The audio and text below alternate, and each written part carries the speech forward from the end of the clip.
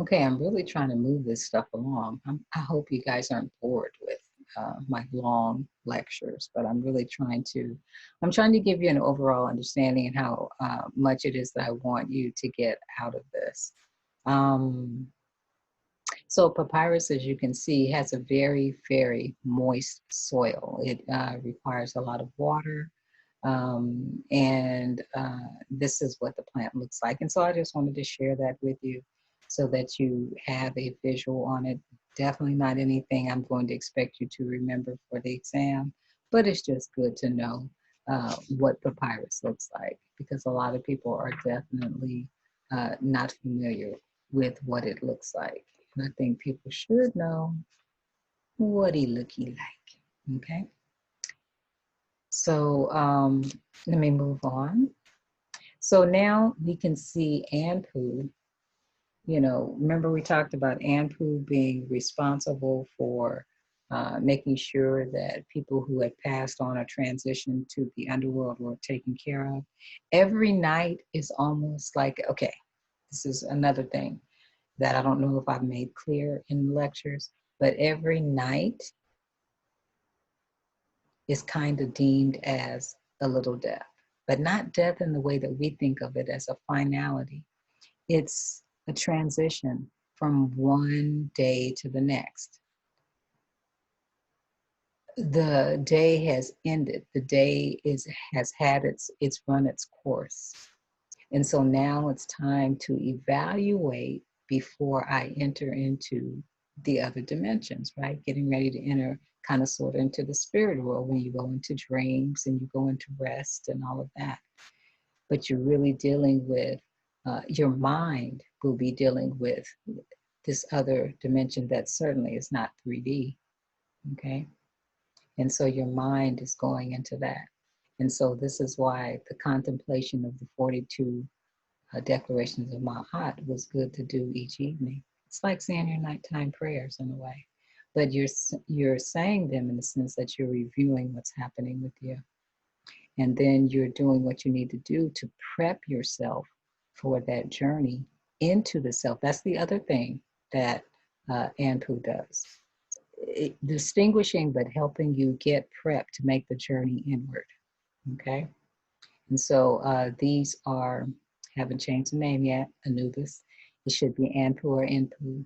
But these are masks that were created for people to wear.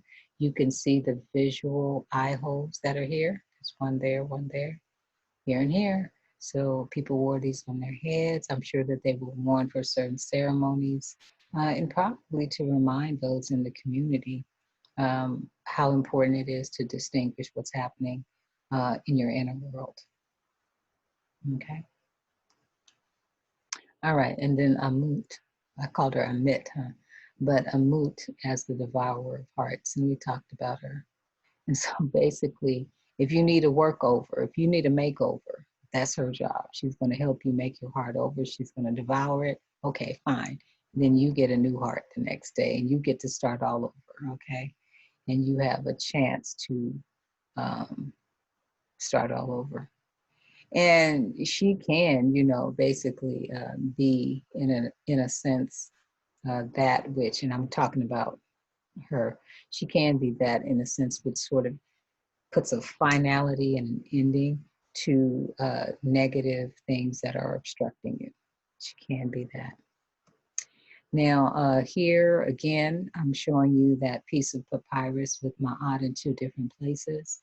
Here is an example of the 42 principles or the 42 declarations of Maat. What I want you to take into account, and I'm asking you to pay special attention to, is that it all begins with, everything there, all 42, begins with, I have not. I have not done this. I have not used evil thoughts, words, or deeds. I have not committed robbery with violence. I have not committed sin. I have not stolen. I have not. I have not. I have not. So, what that means, just look at here, is that one is taking on the responsibility of their own behavior, taking that into their own hands, commanding their own power. What is interesting, and what I did here with these yellow lines that I created, is to show you how what we know of as the 10 Commandments, many of those principles came directly out of the 42 declarations of Maat, or the 42 divine principles of Maat, however you want to say it. But basically, the stuff that has to do with Maat, a lot of it came straight out of there. So you can look here and compare and contrast on your own, and to see what parallels. Key difference, though, is Ma'at principles are about you claiming your own power, you understanding that you are a powerful being, and feeling pretty good about that. Over here, it's almost like you're powerless. Someone outside of you has to tell you, thou shalt not steal, thou shalt not commit adultery, thou shalt not, let me move this box so I can see, thou shalt not kill. And so all of these things that have to be put outside of the self for one to understand is a very different approach, as opposed to claiming that understanding every night. Okay.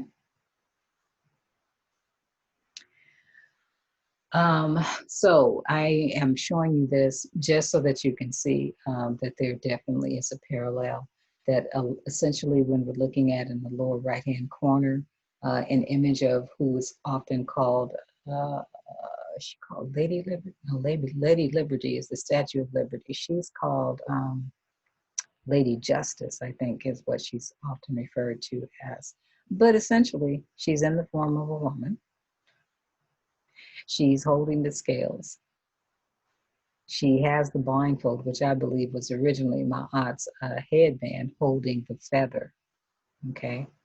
But she has an embodiment, and she's kind of taken on the Ammut sort of directive or action by having the sword.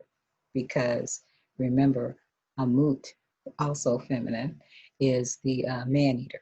Okay, so she's slaying. I'm talking about her. She has her blade and she's going to slay. She's going to get rid of things that no longer need to be there.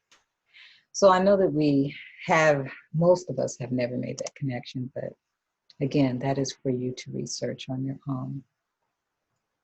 So the eye of the creator, or the udjat, what is that? Okay, so udjat. This particular piece was from Tutankhamun's tomb. It is an eye of inner vision, and we'll talk about what that means in a few seconds. But what I do want you to understand about this is it's a piece that sits right here through this little top portion that is up here. You can run a string through that, and then it can hang, okay? What it is clay as an art piece. It's clay, it's semi-precious stones, and then it's the biochrome films. Biochrome films. I'm still struggling with that term, but yes. So all of those processes are in this inlay work. I hope you can see that it's clearly inlay. But let's talk about why it is the eye of inner vision. So it is the eye of inner vision because it is extremely important to understand how important it is to envision what it is that we want. This all happens inside of our mind. And they say that when you slice the brain, like if we could slice the brain directly in half, you will see a shape in there that is very similar to what this looks like. So this would be like a stylized version of the inner brain. And it's an interesting concept. Even beyond that, though, is the fact that this is about vision. This is about seeing. And your brain is definitely about what allows you to see in this particular dimension. Okay, this is about seeing necessarily in the non-physical dimension. And this is about how you see in the non-physical dimension. No, yeah, how you see in the non-physical dimension, but how that creates in the physical. That's the difference here. Interesting stuff. Okay, so the Tekken and symbolism. The Tekken is associated with Sar. So there's a Sar, and we'll get back to that. I think hopefully the next one will be my last one. That'll be great. All right, so I think I'm gonna stop here, and then I'll just pick up here, and it should be number 18. So this should be the end of 17. All right, see you next recording.